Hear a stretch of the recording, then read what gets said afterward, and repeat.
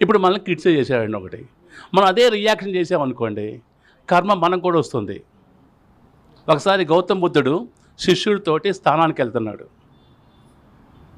ఒక ఆమె వచ్చి అంత సొమరిపోతూ, ఏం పని చేయవు నువ్వు, నీతో పాటు శిష్యులను పెట్టుకుంటున్నావు, ఎవరిని కష్టపడు, అందరిని అడుక్కుంటావు భోజనం అని తిడుతుంటుంది.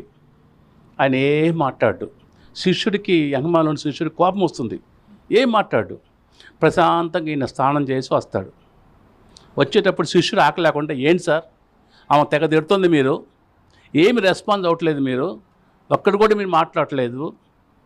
ఆ టైంలో ఒక అతను వంకాయలు వంకాయలు వంకాయలు అమ్ముకుంటూ పోతున్నాడు. బుద్ధుడు అంటాడు శిష్యుడితోటి, అతను ఏం చేస్తున్నాడు రా, వంకాయలు వంకాయలు అమ్ముకుంటూ పోతున్నాడు సార్. ఆ వంకాయలు నువ్వు తీసుకోలేదురా. వంకాయలు ఎవరి దగ్గర ఉంటాయి? ఎవరన్నా మన క్రిటిసైజ్ చేస్తే